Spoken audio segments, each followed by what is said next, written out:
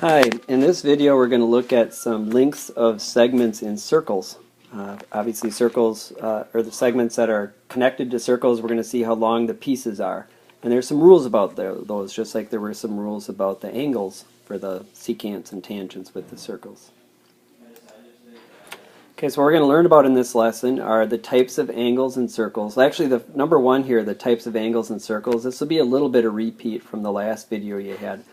But we'll look at the measurements, just a little review of some of the last video. And then number two, the types of segments that you'll see in circles that are parts of secants and tangents. So some of the same pictures, but then the segments and their measurements. And then finding any other measurements with circles. And why angle and segment measurements are used in any type of circular structure. Okay, so this number 5 picture here is something that should look familiar to you.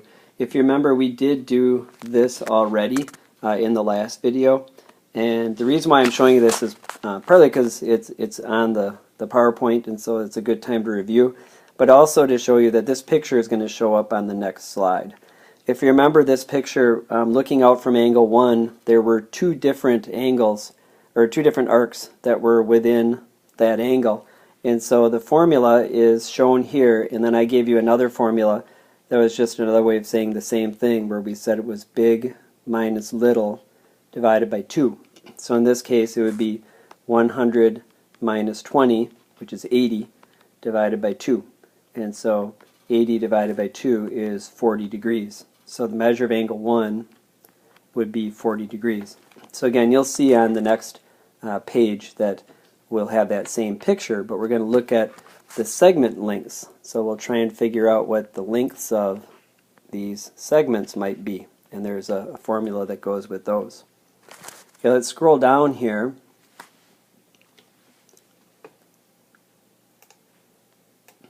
And this picture should also look familiar because we did something with angles with this picture.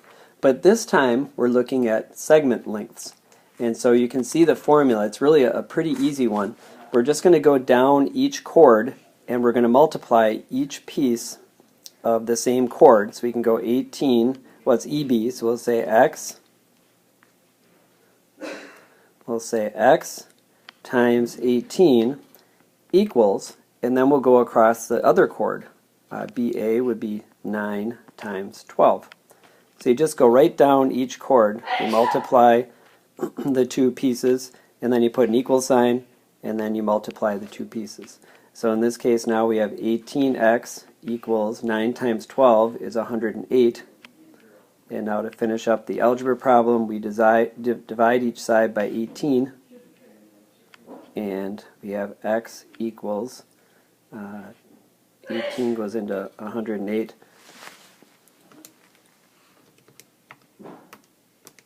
Punch it into my calculator. 108 divided by 18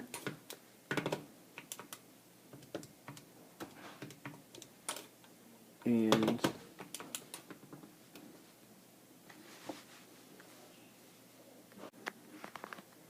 sorry about that, I had a calculator malfunction. That would be 6. X equals 6. Okay, now there's one other page here.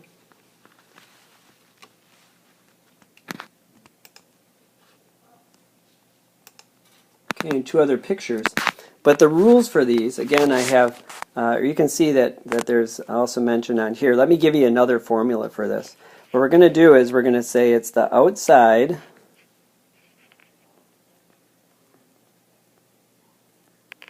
times the entire length equals the outside times the entire length. So it's different than the other picture, and so a lot of people, a common mistake is people want to say 9 times 11 equals 10 times x, but that's not how it works. We're going to take the outside piece, which would be the 9, times the entire length, and the entire length would be 9 plus 11, so it would be 9 times 20. And then on the other side, we're going to take the outside piece, which is 10, times the entire length, and the entire length would be 10 plus x, or x plus 10.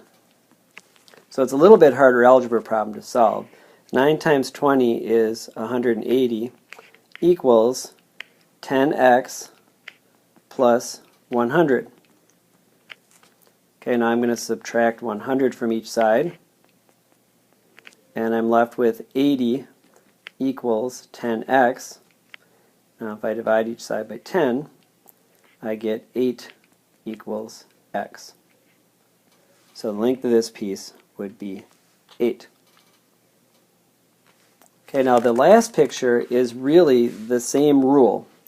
It's going to be outside times the whole length equals outside times the whole length.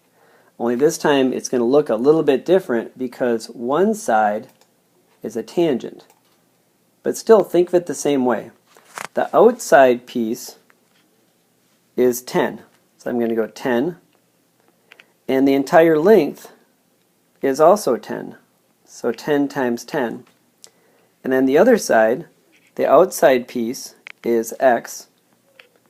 And the entire length, you can see with the green arrow, the entire length is 24. So another way to write this would be 100 equals 24x. Okay, so if I divide each side by 24, this time it's not going to come out even, so I'm going to end up with x equals 4.16 repeating. Okay, so both of these pictures, remember the rule is outside times the entire equals outside times the entire length. Okay, so keep that in mind and you should do fine. Let us know if you have any questions.